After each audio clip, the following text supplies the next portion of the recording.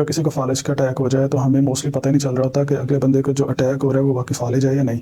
तो आज की वीडियो के अंदर मैं आपको 6 ऐसे सिम्टम साइंस बताऊंगा कि जिससे आप डिटेक्ट कर सकते हैं कि किसी को अगर अटैक हो रहा है तो वो फालिज है या नहीं।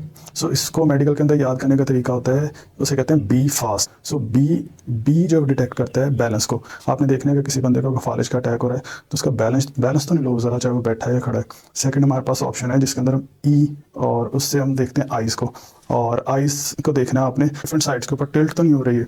थर्ड हमारे पास होता है एफ जो डिनोट करता है फेस के अंदर आपने देखना है कि कहीं एक तरफ ड्रॉप तो नहीं हो रहा है, या फिर फेस के ऊपर आपने कहना है कि स्माइल करने की कोशिश करें। आपने देखना है कि जब स्माइल की है तो दोनों तरफ चीक्स इक्वली हुई हैं या डिफरेंट साइड्स के ऊपर हुई हैं। इसके बाद हमारे पास आता है ए डिनोट करता है आर्म्स को।